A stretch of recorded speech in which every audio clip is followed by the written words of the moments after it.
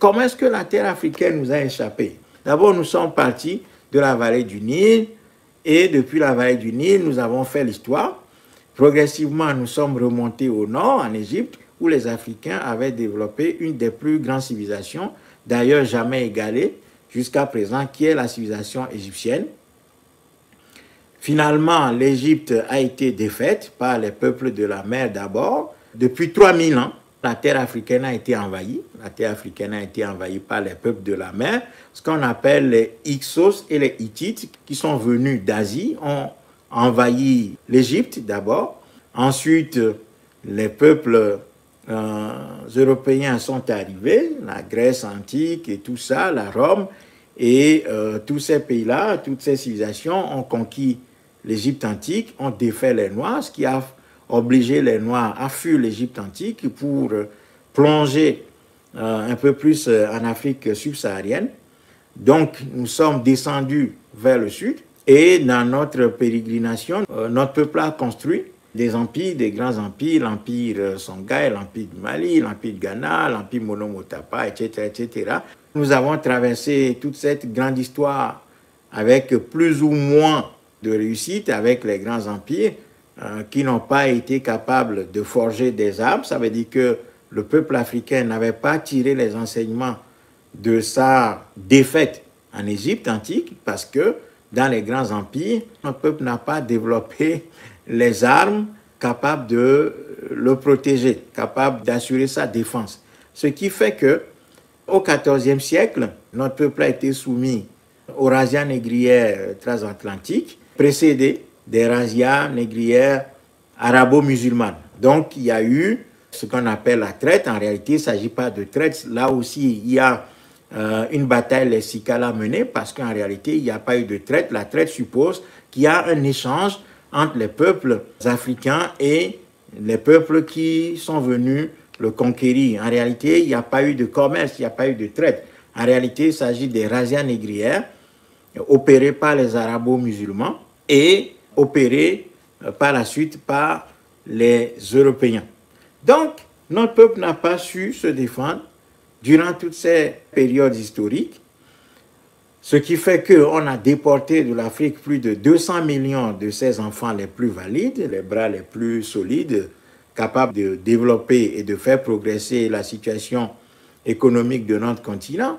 Donc, à partir de ce moment-là, le continent africain a commencé par décliner. Le déclin a commencé à partir du moment où les razzias négrières ont atteint l'Afrique et que les Africains ont commencé par être déportés sur d'autres continents pour pouvoir développer, travailler gratuitement sur d'autres continents et faire progresser d'autres peuples, notamment le peuple arabo-musulman et le peuple européen notamment. Donc, nous avons connu ces épisodes-là et finalement, quand le système esclavagiste a atteint son apogée, qu'est-ce qui s'est passé?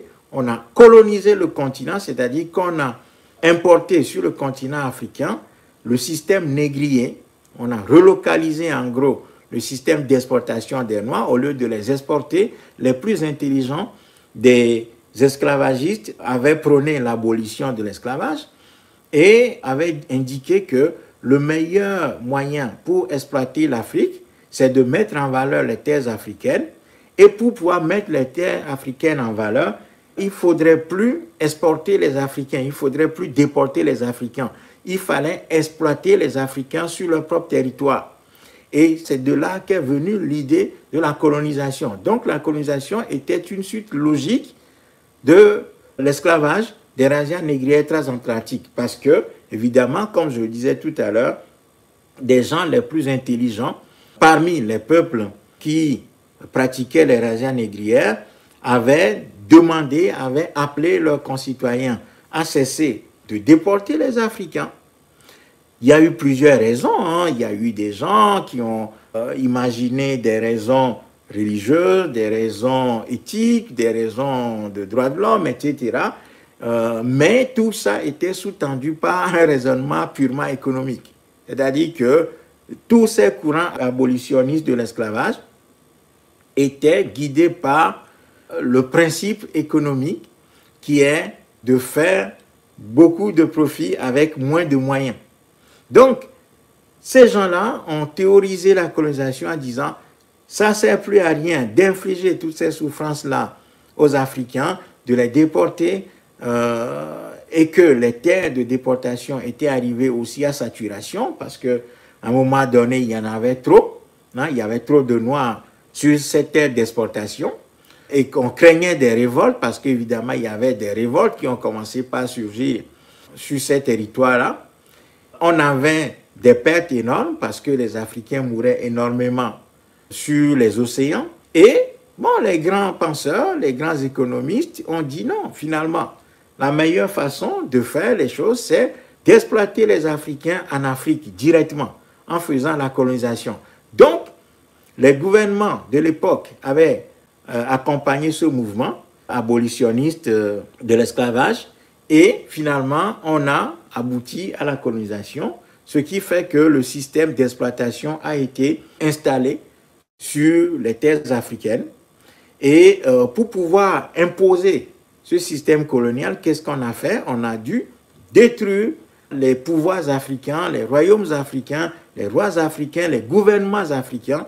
On a détruit tout et on a imposé un système colonial à la place sur le territoire africain. Donc, à partir de là, nous avons perdu la maîtrise de notre espace géographique parce qu'on a détruit nos structures sociétales, nos structures politiques, nos structures économiques, et on a mis à la place des structures politiques qui sont des structures coloniales, donc des gouvernorats à la suite desquels seront installés des dirigeants africains d'aujourd'hui que nous voyons. Donc, c'est ça la situation de notre continent. Donc, notre continent a subi une suite de défaites, de souffrances, d'exploitation de systèmes punitifs qui fait que finalement la terre africaine nous a absolument échappé. Et donc aujourd'hui, nous nous retrouvons sur des territoires que nous ne maîtrisons pas du tout parce que nous avons des dirigeants qui nous sont imposés, des dirigeants qui ne viennent pas de la décision des Africains, qui ne sont pas des choix des Africains, des dirigeants qui viennent d'ailleurs, qui ont une mission, qui ont un mandat, qui est de travailler pour le bien de l'étranger.